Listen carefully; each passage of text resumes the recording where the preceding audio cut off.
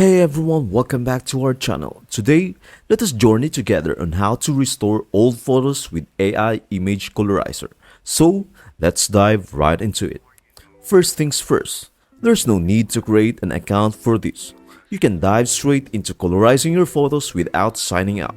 Of course, if you do choose to sign up, you will have even more options at your fingertips. Here on the homepage, you will find an array of incredible functions that this website offers. But today, we will focus on restoring old photos. Head over to the Restore Photos section and click on Restore. After that, simply hit Upload Image to select the photo you want to enhance. Or, if you are feeling tech savvy, just drag and drop your image right onto the screen. Now comes the exciting part. Initiate the transformation by tapping on the Start button and let the magic unfold.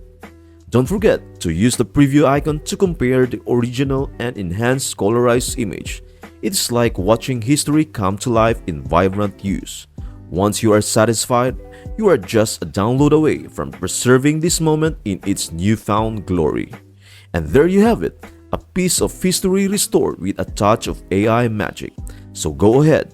Give your cherished memories the gift of color. Thanks for joining us, and until next time, keep capturing moments both old and new.